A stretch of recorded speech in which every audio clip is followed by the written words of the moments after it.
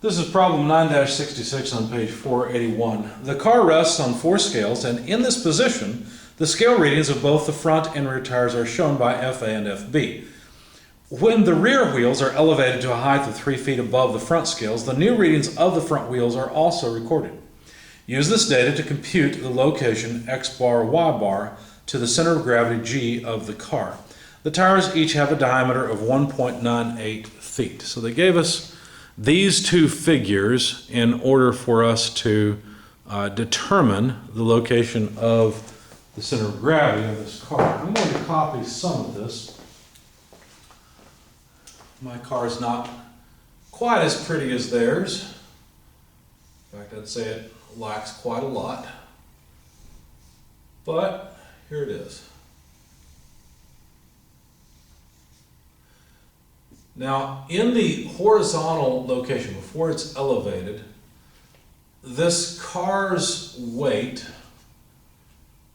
of 4,256 pounds force causes a reaction at the rear tires, FB equal to 1959 pound force. Let's try that again. And FA at the front wheels, 2,297 pound force. And of course we're going to take a coordinate system and measure X from the rear tire. And so X bar, this dimension of the location of the centroid of the car, is what we'd like to find. We don't know it yet, they didn't tell us. But the wheel spacing overall is 9.40 feet. And I calculated this weight. That was not given. I calculated the weight by simply adding FA and FB. So that's how I came up with that number. Now, in this orientation, we can actually very easily sum the moments about point B, negative X bar W, because the moment of the weight is a negative moment. It's a clockwise moment. And then if we're summing moments about point B, then FB doesn't appear in the equation, only FA will. And we'll have FA times its moment arm of 9.4 feet. Anyway, this sum comes out to 0, and therefore we can calculate the one unknown, which is X bar, because of course we know the weight, we know FA. And from this, X bar equals FA times 9.4 feet divided by the weight. And so plugging in the numbers, we'll find 2,297 pounds at a moment arm of 9.4 feet divided by a total weight of 4,256 pounds gives us about 5.0733 feet for the location of the centroid, at least along the horizontal axis. But that's not all they want. They would like to know what is the height of this center of gravity. And of course, that's what the next figure is for, where the car is inclined at an angle.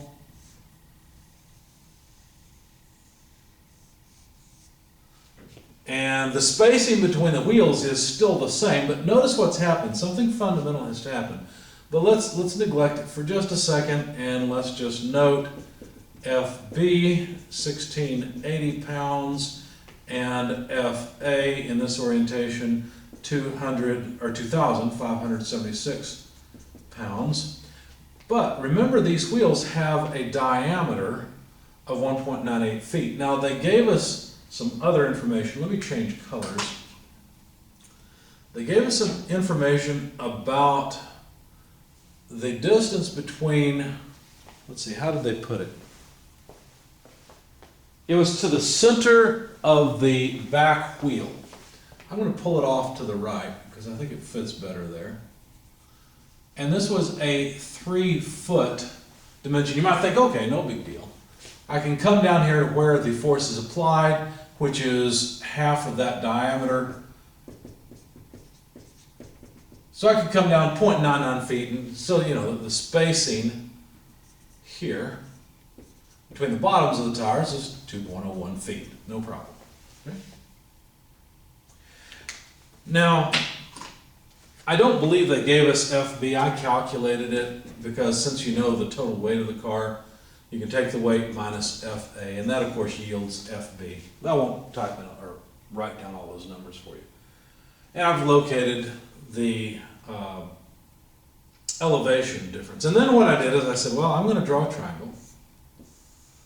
And this triangle represents the 9.40 foot tire spacing. Because think about it, it doesn't matter how these points move around. If they move around similarly on the front and rear wheels, there's still a spacing from point to point of 9.4 feet. So this is the tangent point on the bottom of the tire. And I know the height of this side is 2.01 feet. And I'm interested in the angle. And then I thought, well, okay, do I know where X bar is? Well, that's a bit of a problem. X bar is actually measured off this line. And that line is not the same as this triangle. In other words, if I were to look at a wheel that's on flat ground, the contact point is directly beneath the point where I'm measuring X bar. But if I then take that wheel and I place it on an inclined surface, now I've got a different distance to deal with, because before my contact point was here, now it's moved over here. And so this began to look a little bit complicated to me, and I thought, you know what, this is going to be quite a pain. What I would rather do is think about this 2.01 foot distance as being the distance between the centers of the wheels. Okay? So over here, 2.01 feet. And now I don't have to worry about this contact point moving around problem that I had before, because now I'm going from center of center to the wheel. And now X bar is exactly as I would expect it to be. I don't have to account for the little bit of motion left and right due to that contact point moving around. And so basically, once I calculate, once I locate where the weight is, because understand the weight is, you know, up at this point, and that's what we're measuring, right? We're measuring the location of that weight, X bar. Now this, I wouldn't call this Y bar, the distance from here to here. Rather, I would call it Y bar prime, because understand what I'm doing is I'm going to use the information I've been given to calculate not Y bar, but the height Y bar prime from the center of gravity down to the center of the wheels. And then from that, I can just add the radius of the wheel to find the actual Y bar that was requested. So let's write that down as an equation so I don't forget it. Basically, the Y bar I want will be Y bar prime that I've defined plus the diameter over 2 of the wheels. Okay, so maybe I should say just radius here or something, I don't know. All right, so now what I will do, and why does this work? Well, think about it. The force at the contact point must be equal to the force at the center of the wheel, right? Those two forces are exactly the same. Now, obviously, the car would simply roll down. So apparently the brakes are on, so there's also a moment to consider, but that's not really useful to me, because if I were to make a free body diagram of either of these tires, I would have a normal force and a friction force, which sum to FB, and an equal and opposite force FB here. There is an offset. There is certainly a moment arm here that would tend to make the car roll downhill. But there must also be some type of, let's see, how would it have to be? Yeah, there must be some type of moment as well. Now that moment is immaterial to what I'm doing. It doesn't matter, because all I care about is the magnitude of the force in order to locate the centroid, the location of the point of application of that weight force. Okay? So now what I'm going to do is sum moments. I should have said I'm summing moments about point B prime. I'm not really summing moments about point B, but about the center of the wheel. Because if I sum moments about the center of the rear wheel, let me call it B prime, so this point we'll call B prime. If I sum moments taking counterclockwise as positive, I would have the y component of the weight. Now let's think about this for just a second. The weight actually acts down like this, right? That's where the total weight is at. What I really want, though, is to break it up into components. A so-called W sub y component and a W sub x component, okay?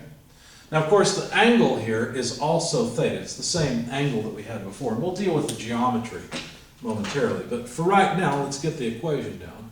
So W sub y has moment arm x bar, and it causes a negative moment about point B prime. The horizontal piece, W sub x, well, what will that cause? Well, it's about B prime. It's actually applied at this point, so it will tend to cause, let's see, it looks like it will cause a positive. Oh, wait a second. Did I make a mistake? Let's see. No, it'll cause a, yeah, I'm not thinking right. I'm being confused. I'm confusing myself because I put this down here. Really, it would be up at this point, right? This is the point of application. And so that's going to tend to cause a negative moment. Okay, so I was right before. So y bar prime times W sub x gives me a negative moment as well. And then finally, there's also a force Fa applied at the center of the wheel for the same reason as the free body diagram I drew for the rear wheel. We'd have the same amount of force Fa at this point. And now all I need to do is use the y component of Fa, right? I don't want the whole thing, I just want the y component. It would act like that, times the 9.4 foot moment arm. I almost said meters, but we're in English units. This sum should come out to 0. So now I need to expand it just a bit more. And let's write for this term, negative x bar, W sub y. How would I calculate it? Well, that's the cosine side of the triangle. So cosine theta minus y bar prime. W sub x would be the sine side, so W sine theta. Fay. Well, Fa also has an angle of theta to deal with. I want just this piece, so make it into a triangle as well and break it up into components. Fay, this piece, will be the cosine side, so Fa cos theta times 9.4 feet equals 0. Okay. All right, so let me get just a little bit more space and we'll go up here. Continue our work. Notice that cosine of theta appears in two of the terms, and so what I did is I factored out everything else and I wrote Fa times 9.4. I'm going to leave the feet off for the time being, even though I didn't in my nose. Fa times 9.4 minus x bar W, or W x bar, it doesn't really matter, times cosine of theta accounts for these two terms. And then what I did is I wrote the sine term on the other side, so the SIGN becomes the opposite sign, becomes positive, and I put the sine of theta term on the other side. So y bar prime W sine theta. So I was just trying to get sine and get y bar prime by itself. But you'll notice what happens, something happens nice with the sine and cosine, breaking it out this way. So y bar prime then is this left-hand side, Fa times 9.4 minus W x bar. Notice that we already know x bar, so that's not too bad. That's a known, the weight's a known, Fa is a known, so the numerator's all known. Divided by the weight, sine theta. Let's not forget I was a cosine theta. Now let me move the sine theta over, because what you should notice is that we now have a tangent of theta form, right? Or 1 over tangent theta in the equation. We could simplify this a bit if we wanted to, but there's really not much of a point.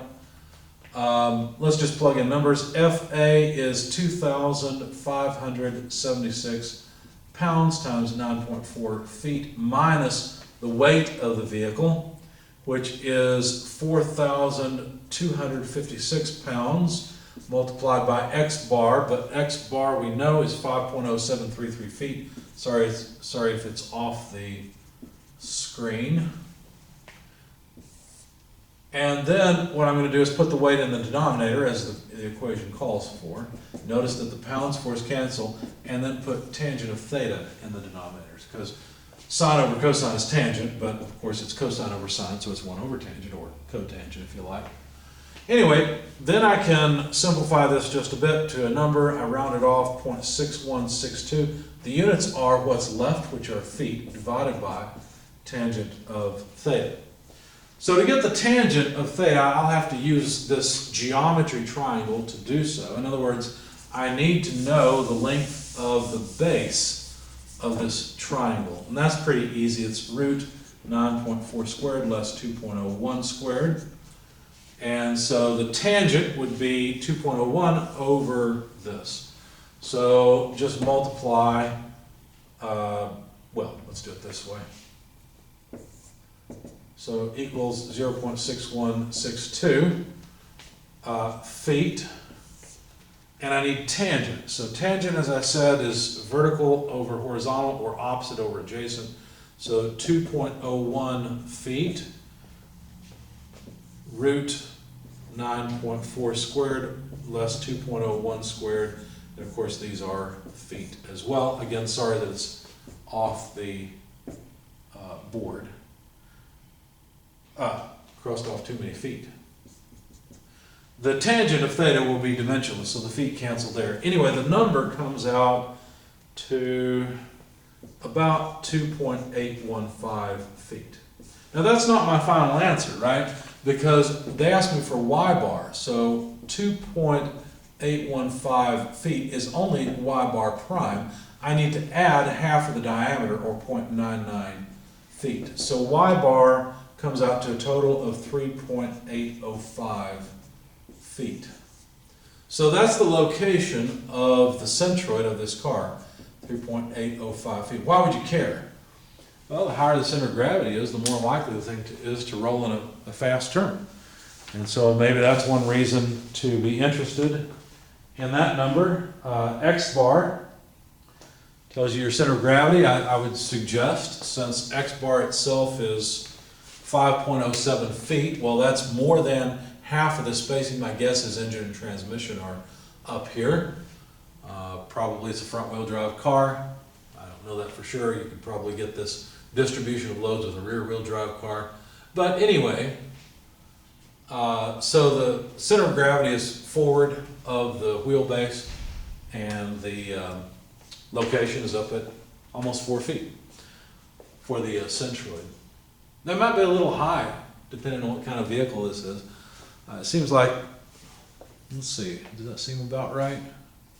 That seems a little high to me. Maybe I'm just used to a sedan, but anyway, there's the location.